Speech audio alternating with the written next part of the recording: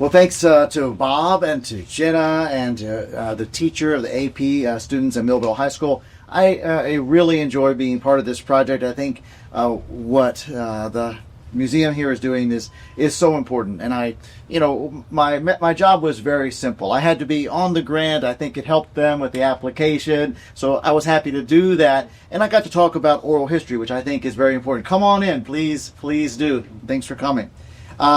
Of course, we all know that oral history is not a perfect source. I think some of us in the room understand better that memory is not a perfect recorder of things, but it's such a wonderful source for historians. It's interviewer or historian created, right? Most of the time, historians have to be happy with whatever sources have been left in the record. It might not talk to the questions that we're interested in, but in an oral history interview, you can ask those questions. They may not remember, but you have a lot of options in there.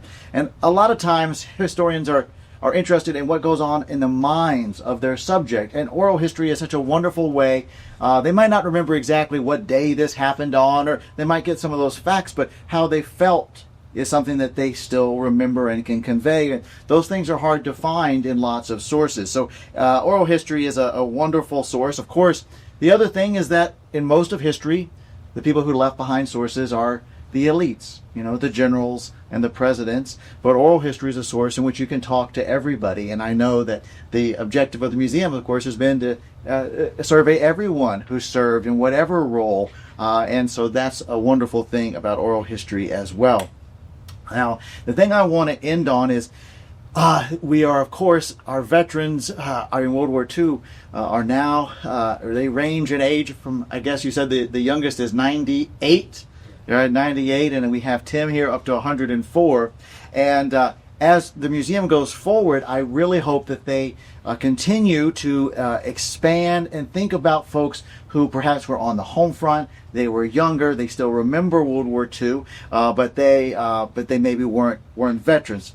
This is maybe somewhat selfish because I'm a big interviewer myself. I've been doing lots of interviews. In fact, Bob I interviewed as well. We're related to Glassboro State and Rowan, where I teach, and I wanted to share with you part of one of the interviews that I did with Edward Wolfe, who was a literature professor, and I think there's one person in the room who had Edward Wolfe as a student. He's from Haddon Heights. He was a little too young to serve. He ended up joining the Army and went to Italy, but after the surrender, and he was overseeing prisoners and this other kind of stuff. But I'm not going to talk to you about his memories of Europe. I thought you would like to hear what he had to say about his memories of World War II and his family. So I'll just start here. I was in high school when Franklin Roosevelt died. At the time, I had two brothers serving in the Pacific Theater, Milton, who had volunteered, and Bill, who had been drafted. I was shocked at Roosevelt's death, as his poor health had been hidden from the public. I remember that the general sentiment, at least in Republican Southern New Jersey, was that Harry Truman would not be up for the job of president. He was derided in my family as a mere haberdasher and was considered to be lacking in the qualities of a wartime president. Because Milton scored well on the tests given him by the Army, he was encouraged to go to officer candidate school after basic training. He became a second lieutenant in an infantry regiment, and as I said, he fought in the Pacific Theater. Bill became a corporal in an infantry regiment that fought in Leyte as part of the reconquest of the Philippines and later fought in the Battle of Okinawa. While serving, Bill contracted both malaria and schistosomiasis. Sorry about that. Yeah, you got it right there. I heard it. He survived the war but was permanently scarred both physically and psychologically. Bill was 6'7" tall, but when he returned after the war, he weighed less than 200 pounds. We learned from his wife Barbara that he had many nightmares about his time in the Pacific. Later, he would write several autobiographical poems about his wartime experiences. One that stands out in my memory had a title close to this: "Never look at the wallet of an enemy soldier you have killed." The poem describes his experiences doing just that and finding photographs of the Japanese soldier he had killed. There was the same soldier that he was looking at in front of him, but smiling and holding with his wife two of their children. Shortly after Truman became president, my brother Milton was killed in the Pacific. We received condolences for our loss from President Truman. I can remember lying awake at night in my bed, eager to turn 18 so that I could enlist and avenge my brother's death.